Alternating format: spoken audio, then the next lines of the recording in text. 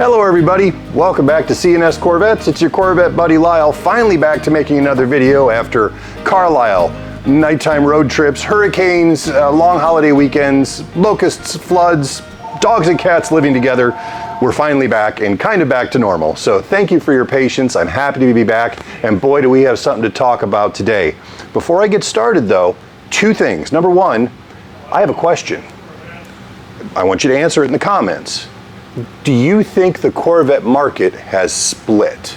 Because that's going to be our topic for today, and I want to hear your ideas and your thoughts on it at the end of the video. I'll tell you what I'm talking about and what I think, but I want to hear your comments too.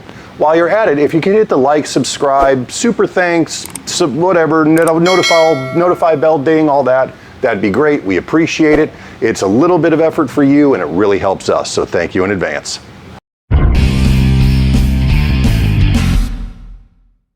So one of the things that I noticed up at Carlisle, other than the many people who came to visit us at our spaces, we had about 250 people who came by just to talk to us because of the videos, and it was awesome getting to meet so many of you. Special thanks especially to the River City Corvette Club, you know why.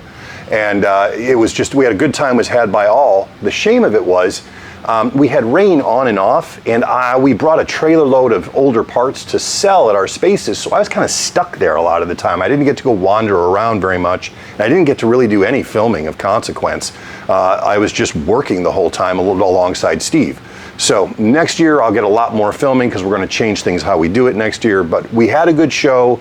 We had to run back here because of the hurricane, and it's just been a zoo ever since. So I finally sat down this week and started to think about Carlisle and what I learned while being there. What I did see in the time I did get to walk around was that there's a whole different group of people at Corvette Carlisle now than there was just 3-4 years ago. And I started thinking about, well, gee, Lyle, why is that? And of course, the C8 is a big reason for this. And it was pretty obvious that the C8 has brought a whole bunch of new people into the hobby. And I wanted to do some research and see why, and to see what numbers are involved with this, to see if this perceived Corvette market split that I have is actually a real thing. When I say split, let's go back 45 years, okay? When the 82 Corvette came out, everybody was like, yay, another Corvette, and then they came out with the 84. There is a large portion of the old school Corvette community from the 60s and the 70s who at that point believed the 82 was the last real Corvette ever made. In fact, there are still a few Corvette shops around the country that don't deal with anything newer than 82 because to them that was where the real Corvette ended. Well, we're kind of seeing that again today with the C7 versus the C8. Let's talk about that market a little bit. First of all, let's talk about the C8. And there were a boatload of them at Carlisle. It was like everyone they ever produced was there. We had 5 E-Rays at our hotel. It was crazy. So when I did my research about the demographics and the sales numbers and stuff, here's some of the things I learned about the C8. They have very low engagement in the 70+ demo.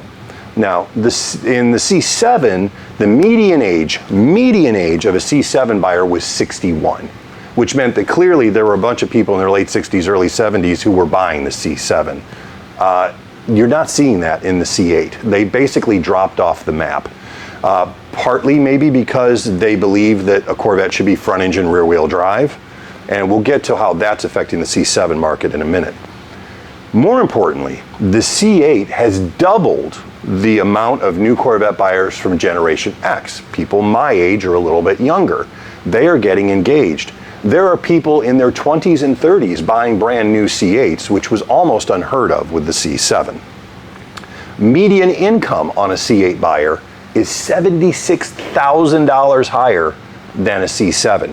So it is definitely people who are in a higher financial bracket buying the C8 than we're buying the C7. And a lot of that is new blood. How do I know this, you say?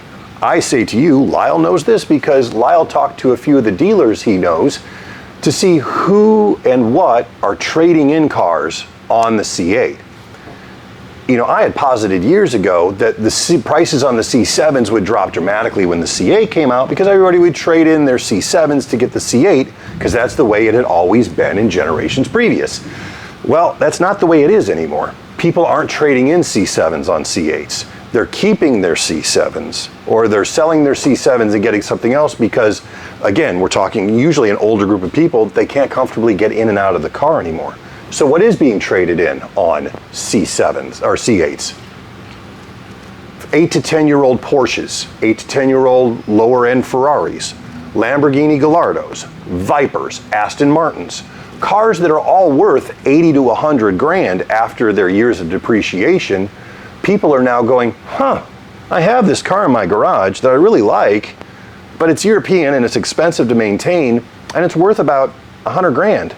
I can go get a really nicely loaded C8 brand new by just handing them the keys to this older car. And that's what people are doing because the C8 has the exotic nature, it has the mid-engined engineering, it has all the cool stuff, the upgraded interior that they're used to from their European counterparts, and they're able to basically trade in their 8 to 10-year-old exotic for a brand new Corvette without any money out of pocket.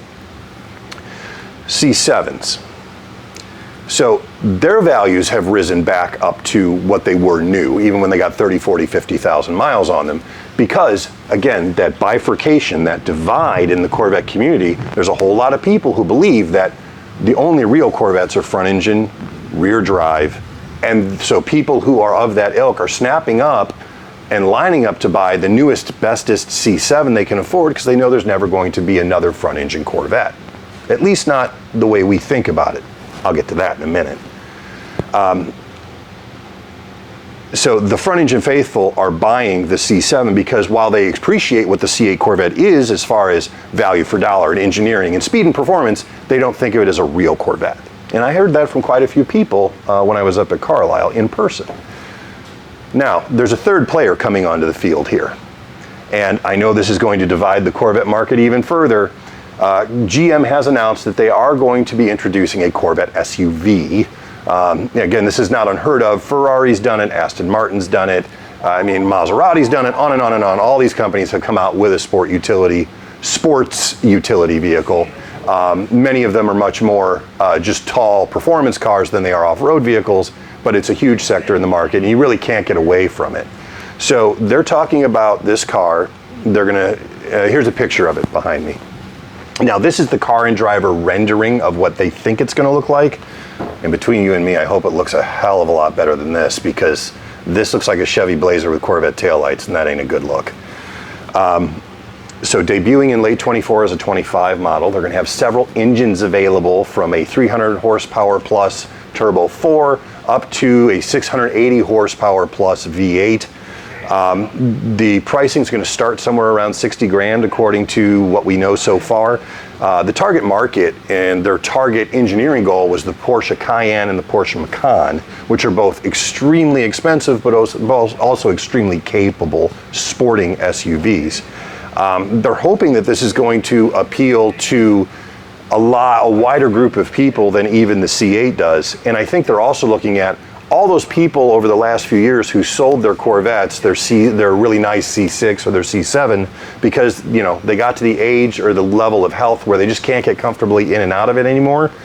Well, here you go. Here's a Corvette that you can get in and out of super easy. You can have whatever power you want, and it's going to be a lot easier to live with and have a lot more utility than a two-door Corvette. Also, I think you could see that it may very well become kind of the second car for a Corvette family. A good example of this is the Lamborghini Urus. Now, I know that is like the official car of lower-end rappers and Instagram models, but it is also the favorite car for a gentleman or a lady who has, already has a Huracan Performante or an Aventador.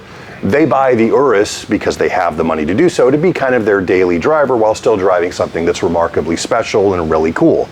I could see that having a 65 coupe in your garage, your new C8, and then have the Corvette SUV with like the 440 horse Turbo 6 as your daily. As long as you got the money to do that, that's awesome. It remains to be seen how stylish this is going to be and how pretty it's going to be, But, you know, if it has anything like the C8, it's going to at least be visually striking and readily identifiable as a member of the Corvette family. We'll see, and I'll share more as I learn more about these things. So, again, like I asked you at the beginning, do you think that this split in the Corvette market between the front-engine faithful and the new young money group who love the C8 because of how awesome it is really happening? I think it is, but I want to hear your opinions too. I look forward to hearing what you have to say. I hope you guys have a great weekend. We'll be back next week with more videos. Thank you for watching.